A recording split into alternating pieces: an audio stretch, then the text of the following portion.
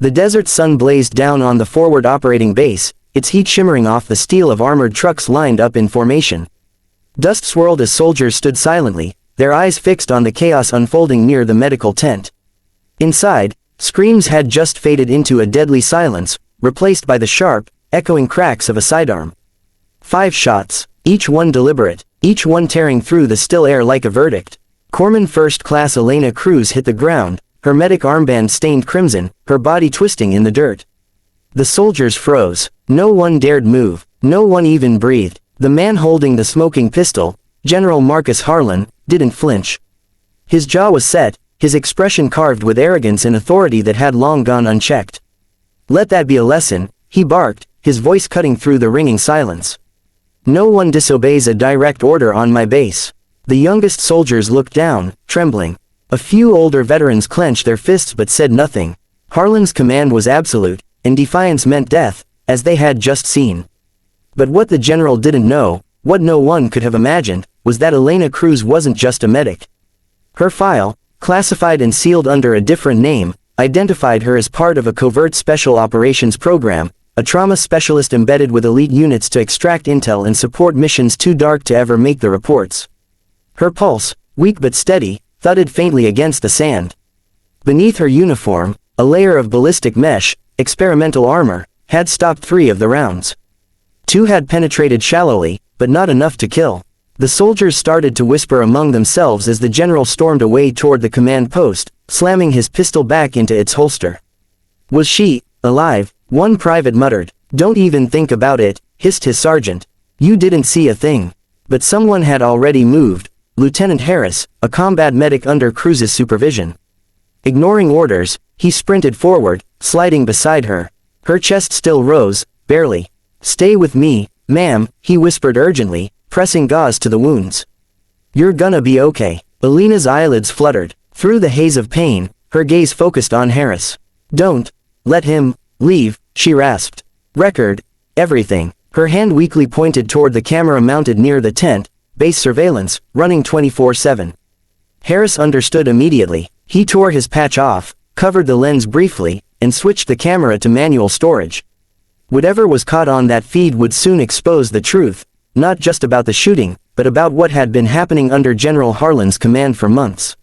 Far across the base, alarms started to blare, not from enemy fire, but from within. Something was about to unravel.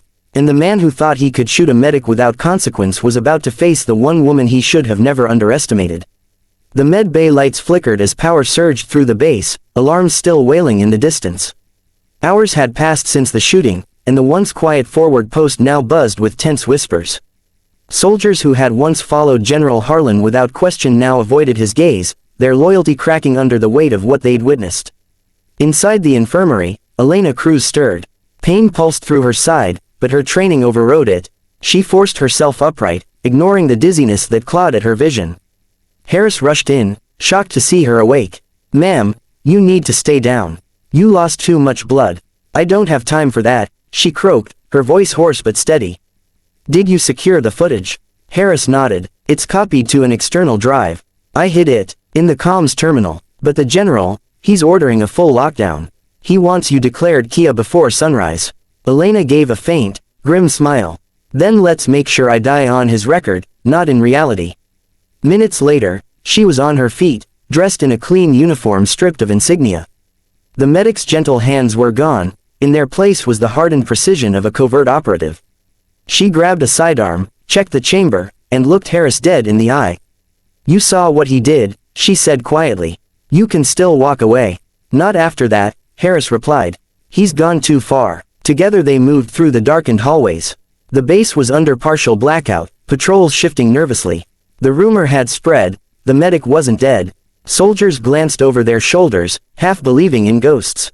At the command building, General Harlan stood over a tactical map, barking orders. "I want every file erased. No record she was ever here," he roared. His adjutant hesitated. "Sir, HQ is asking questions." "That gunfire, HQ answers to me," Harlan snapped, slamming his fist against the table. That's when the door slid open. Elena stepped in, limping slightly, her eyes cold as steel. Every head in the room froze. "You should have made sure I was dead," "General," she said. Harlan spun, disbelief twisting into rage. "You?